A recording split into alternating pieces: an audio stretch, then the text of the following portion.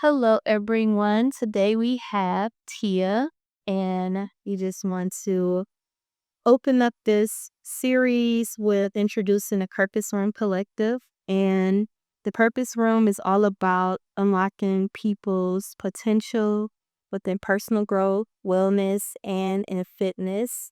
And I'd just like to open up the floor for Tia to introduce herself and tell us a little bit about what you do. Yep. So I'm Tia Thompson. I serve the city of Detroit, also Oakland, Washtenaw County, pretty much wherever I'm needed with the services that we have for adults and children. Our focus is on mental and behavioral health through our programs. Wellness, so the wellness side of our company, Good Vibes Yoga. We do meditation, yoga, a lot of holistic therapies that help the community as a whole. On the nonprofit side of our program, which is we work on family involvement, family development, a lot of rebuilding the structure of the family household. A lot of, how the community is, a lot of broken things, a lot of barriers. So we try to help their ways fix those things. Okay, nice. So it seems like you're pretty seasoned in this industry. How many years have you been within this field? Yep. So professional life, 5 years. Personal, pretty much all my life because I have a lived experience with everything that we do. My team is women led and women run, and the majority of us have a lived experience with the community that we serve. Nice. So I'm pretty interested in the woman ran aspects of it. So can you tell me a little bit more about that? Yeah, yep. So my whole team, there's six of us all together.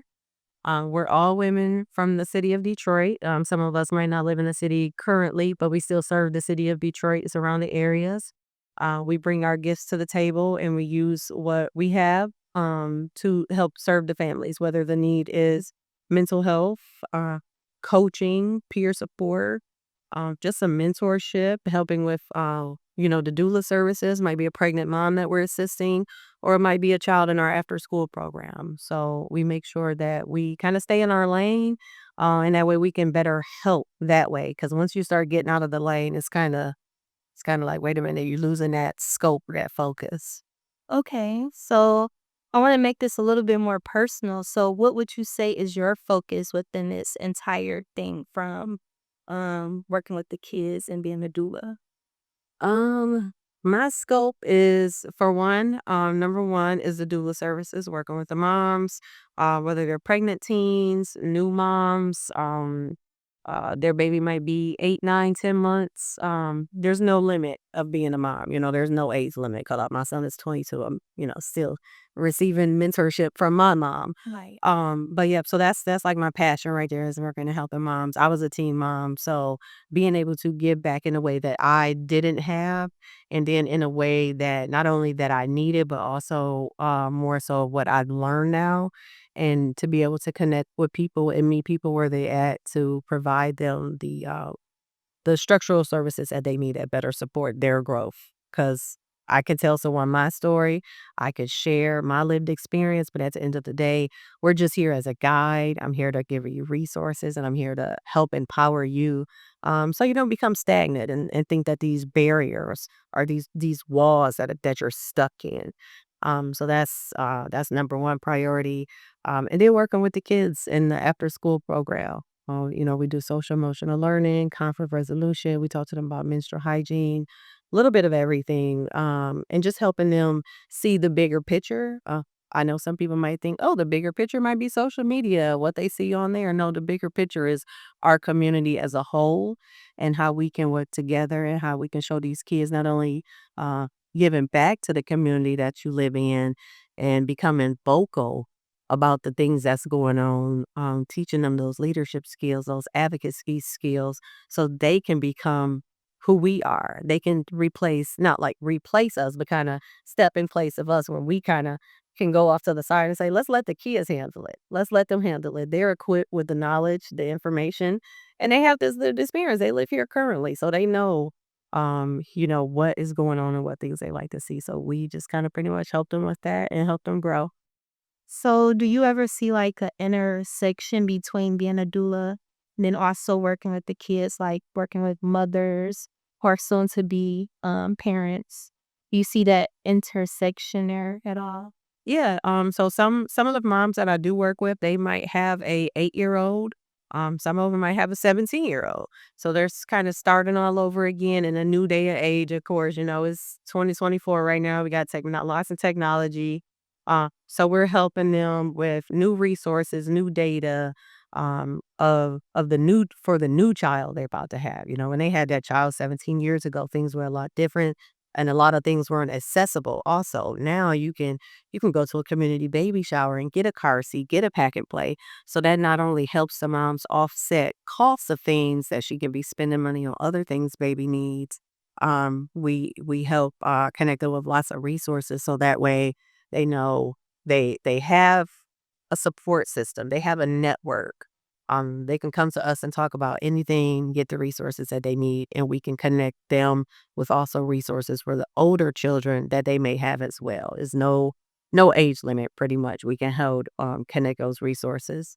So that's what we try to do. Try to break down those barriers, break down those stigmas, and just make it a safe, inclusive space for them. Nice. So, can you give me the name of the program again, Yep. just so the audience? Yeah, yep. It's called She. We're switching it over to supporting her empowerment. Okay, her empowerment. That's a nice name. Thank you. Okay, so I feel like we got a little warmed up for the deep talk. So I really wanted to jump into the topic of legacy and unhealed trauma, mainly with this being a wellness platform. We're seeking the highest wellness we can receive. And I had a few questions for you just to pick your mind and get your perspectives as someone who actually worked in the field. Okay. So, one of the questions I have is, how do you think unhealed trauma affects individuals and communities? Mm, that is a very good question. Uh, I love that question. I honestly don't get asked that question enough. And I think a lot of people who say they support the community, if they heard that question a lot, they would be able to hear it from the people that they're actually trying to serve, and trying to help, whether that's through allyship, mentorship, uh, or just an organization coming in and saying, hey, we want to donate some funds. Okay, but how about you talk to the people to get to know their needs also, showing a little bit more compassion and care.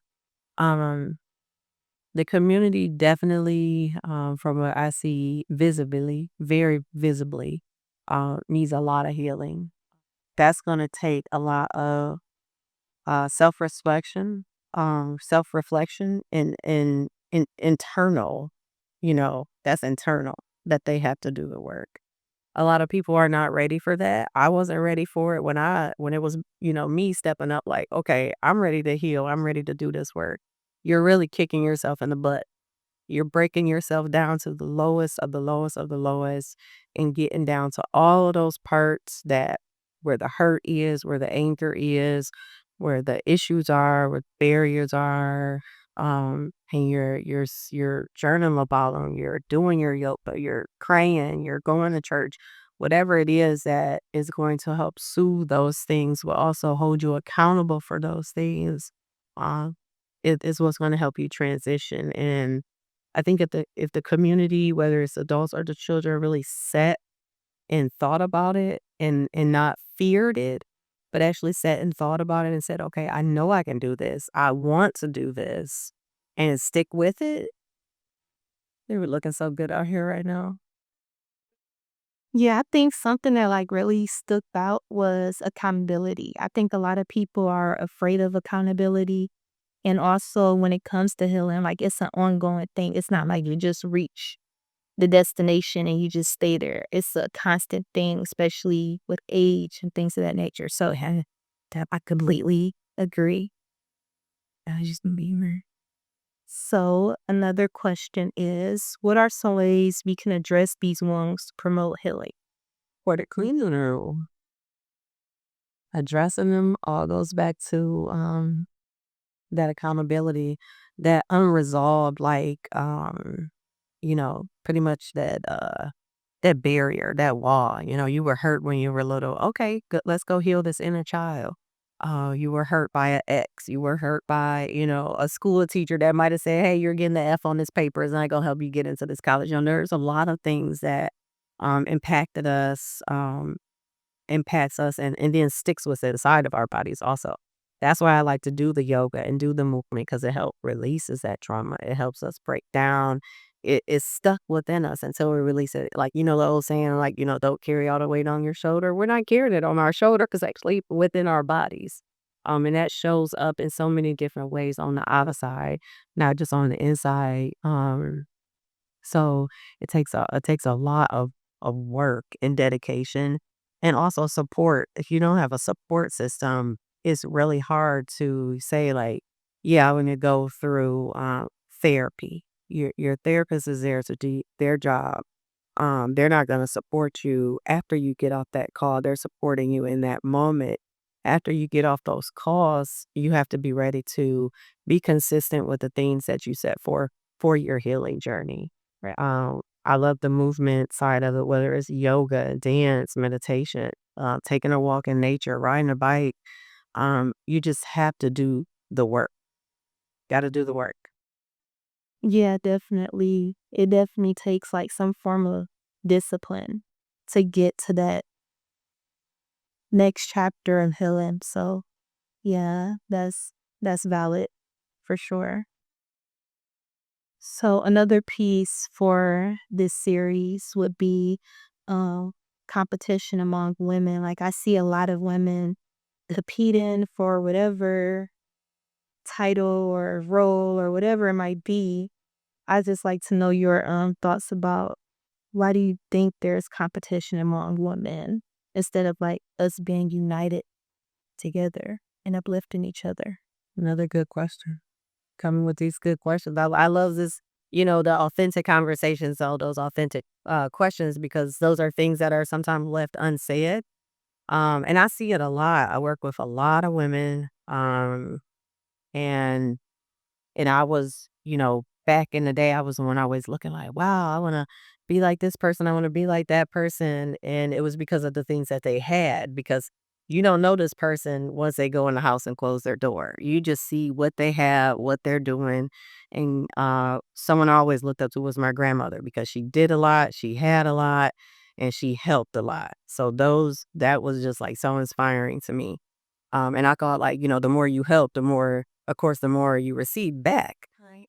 So that's just like my thing. Give as much as you can, but also you have to get back as much as God is gonna give you. Uh, so when I look at other women nowadays and I think like, oh yeah, I want to be like her, I want to do like this, I want to do like that. Then I get to know a lot of people and I'm like, oh, wait a minute. Wait a minute, wait a minute. They're just like me, how I was when I was still unhealed. Um, and I think a lot of women are unhealed, are not sticking to the journey of actually healing. So that's when it comes into play of being in competition with someone else because they're not looking at it as a community building together. It's a community that's really in competition with each other. Everyone's striving for the same thing, whether it's to have the best program, get the most funding, have the nice car, the nice houses, uh, and it's like that's not the goal, or that's not the goal that I have anymore for my life anyway. So I don't put myself in a box of being in competition with no one. If you have something you got, I'm more happy for you, especially if you helping children or helping the community. Now, if you just got it and you ain't doing nothing, then what you got it for? For yourself, that's a little selfish. Um, but I just think that also, like I said, with the unhealed traumas, it's a lot of systematic barriers, systematic influences, a lot of things that society very visibly places on us. And we think we need to be in competition with someone else. We think, oh, well, this person got a master's degree. Well, I need to go get him a PhD. No, you don't. Because now you're putting yourself more stress. I know people stress out because they still in school trying to reach a highest level. And it's like, what are you really reaching that level for? To be more accepted? To get a higher paycheck? Are these things really priority for you? or they are priority for the status of America, where you have to have this, and that to sit at the table with the people you're trying to sit at the table with. And it doesn't help the younger generation of young ladies that are looking at us as role models and saying, "Oh, I want to be like Miss Tia, or I want to be like Miss Precious," because of what they have, but not knowing we had to do the work internally. We had to, go to school, go to work. We have to work hard for the things that we have. It's not growing no trees. No one's giving it to us for free. So they see that, and then they also see how people are in competition with each other. These kids are smart. These kids are very smart. They see, they watch, they listen, and they are learning. Whether we see it fast enough, but when you sit down and talk to them, they see. I've been asked questions with the kids ask me a lot of questions when I'm like driving them home, and I'm just like, oh, wait a minute, like they're noticing a lot. So they see other women, their moms, their aunts, their cousins being in competition with each other. Someone got a nice outfit on, and then they walk out the room, and somebody saying, "Oh, she shouldn't have brought that. She don't even look good in it," or "Oh, I'm gonna borrow it from her because I look better than it in her." It's like, what? Where did all of this come from? Right. Where did it come from? But most importantly, where does it end? Where does it end? Because if we're in competition with each other, how are we both going to reach our highest potential? Because when you're in competition with someone, you're limiting yourself. You're making yourself a victim, pretty much. You're being a victim to yourself. You're self sabotaging yourself. You're causing your own trauma and conflict now. But we're not reaching the goal of what we're trying to reach is to get out of the generational curse. Get away from the systematic barriers, the labels, the trauma. We can't do that in competition with each other. Right. And we don't even know what the competition is, because I'm like, it can't be the degrees, it can't be the money, it can't be the houses and the cars. That's not a priority for me. So what is it? What is it? And I ask my friends this, and they just be like, well, I'm working hard and I'm doing this and they got this and that. And I'm just like, God didn't want to get that to you. At the end of the day, it's God's decision who gets these things, whether it's coming from someone else. So the next person, God gave that person that for them to distribute how they wanted it to. Right. But why worry about what the next person has when our end goal is to focus on these kids who are going to be here with the same issues, the same trauma, the same barriers, the same America that we grew up in, our parents grew up in, our grandparents grew up in. It's like, when does it end? Being in competition with each other is not solving any problem. It's bringing us back. And people see that. They see what's going on in our community. They're not blind to any of that. Why do you think there's so many um, systematic barriers in front of us that control the things we do, our outtake, our intake? Because they see how we treat each other. They see how we're in competition with each other. And half the time, I think they must like it, because there shouldn't be no reason why an organization is in competition with 5 other organizations for a grant, when all y'all have to do is give all of them $5,000 to grow or do the program that they're doing. It's like they like to see the Black and brown communities just going at it with each other. And then they come in like the savior. And then it's like, well, no, you still, just because you open that grocery store don't help nothing, because you still need families to shop there. You still need families to get there. You still need families who have money to come in and be able to purchase items out of this store. There's many barriers in the way of just growing in our community. And women, not enough women are sticking together authentically to be able to eliminate that generational curse of being in competition with each other. Yeah, I definitely think it stems from oppression. And when we think about like competitions among women, I feel like it's also like a self esteem type of issue as well, because I know back when I was in college, I was joining different organizations and sisterhoods to like, build that sense of like sisterhood, community, all of that. But by the end of the day, it just felt like a facade. Like we have to meet up at meetings, but knowing everyone then like wasn't really connecting on a genuine level, but we were a part of this like organization. It just felt like a facade. Yeah, oh, like you gotta show face. You gotta show up. You gotta leave whatever behind and come show up as we're the greatest organization because at the end of the day, if we don't, we're gonna look like we're not all put together. We're not gonna look like women who are role models. And it's like, no, you'll look like just women who have some disagreements and you talk about it in this sisterhood, in this community, in this circle, in this tribe. Things have to be talked about. Right. Don't look at, oh, such and such got her hair done. I need to get my hair done too. Why? What's wrong with your hair now? Or, oh, I got to go run and get my nails done because my nails look bad. Such got her nails done the other day. Do you have money to get your nails done and your hair done every day as much as the next person? Those that you're watching, that person might be able to do that.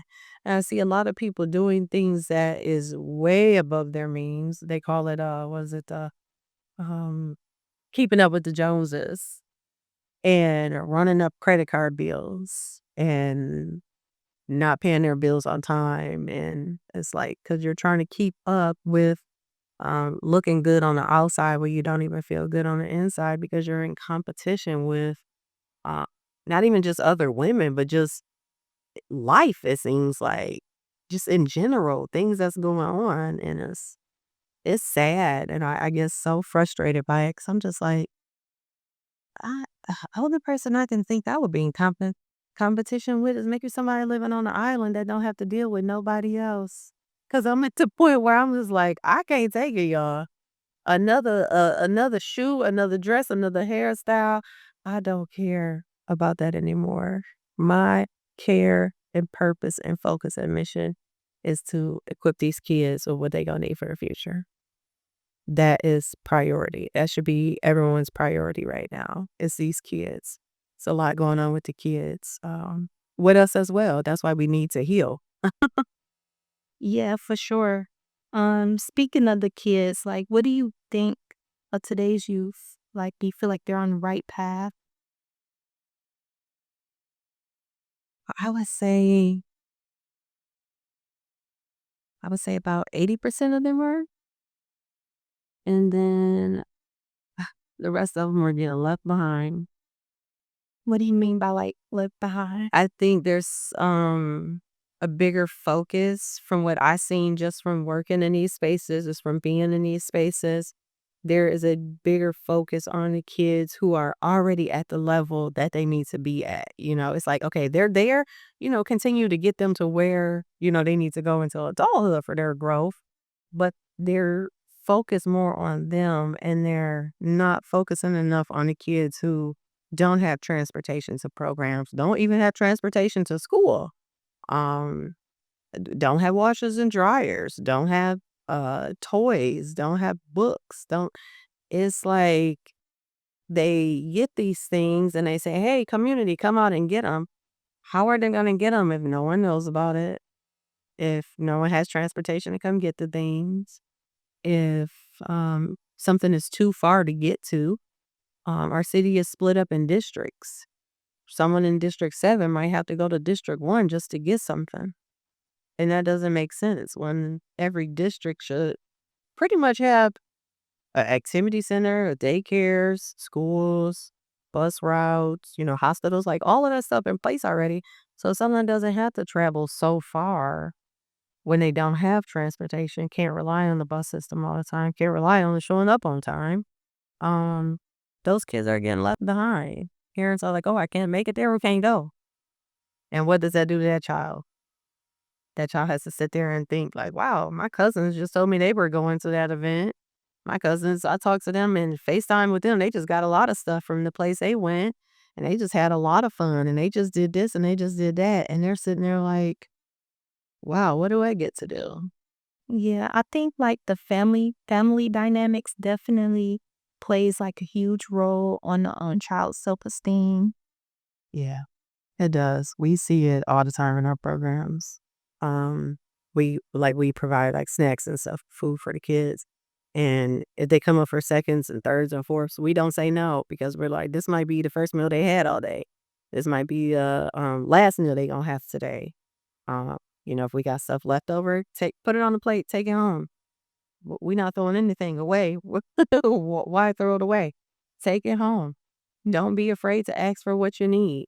Whether it's clothes, we was getting like donations of clothes, donations of period supplies, stuffed animals. I remember when the stuffed animals, when a lady gave me like 3, 4, 5 bags of stuffed animals, and I'm thinking these middle schoolers, they not gonna want no stuffed animals, these baby toys, maybe I don't know.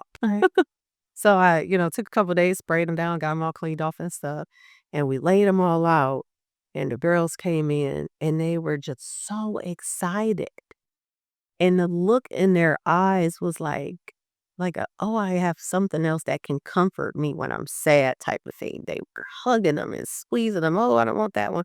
Picking up another one, hugging it and squeezing it and looking at it, and I'm just like, "Wow, they're putting some thought into picking out a stuffed animal," but the look of concern and safety and security was there, and it was like, "Wow, what else are these kids lacking from, you know, the barriers that we face in the community?" They have to rely on something that can't even talk back to them to provide them security. So definitely the household structure, the reconnection with the moms and the dads and the children, um, is a priority, is a need because there's such a disconnect. Kids aren't communicating with their parents. They'll come communicate with us. We have to, give that feedback back to the parents, and that hurts.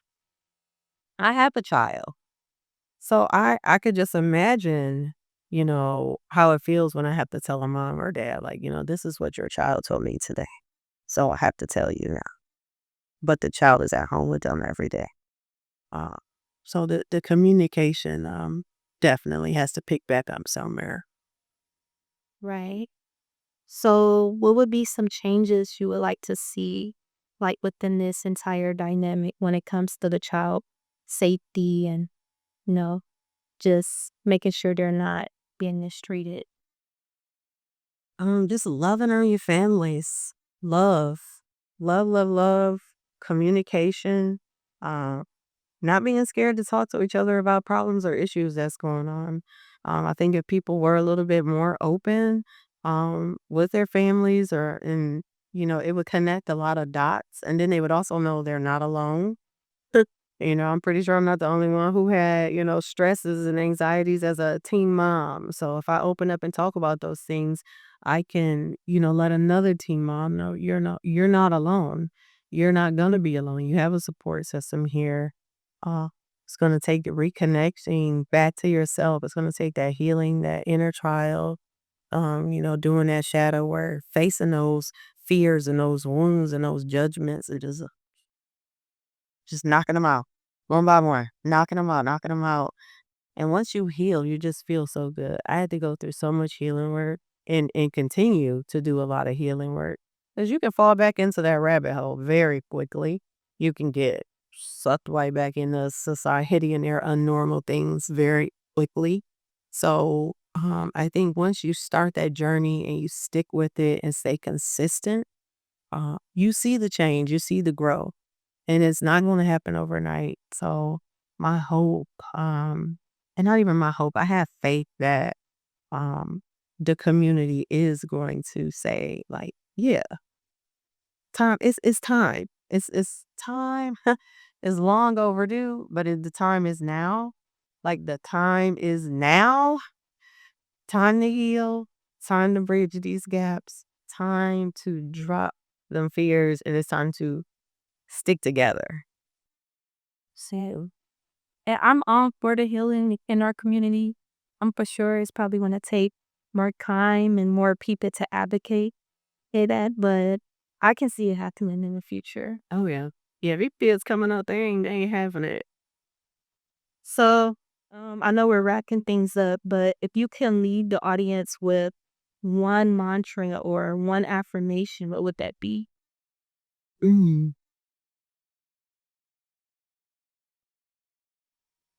To have faith and put your trust in yourself because ain't nobody gonna have you like you got you, and you got you.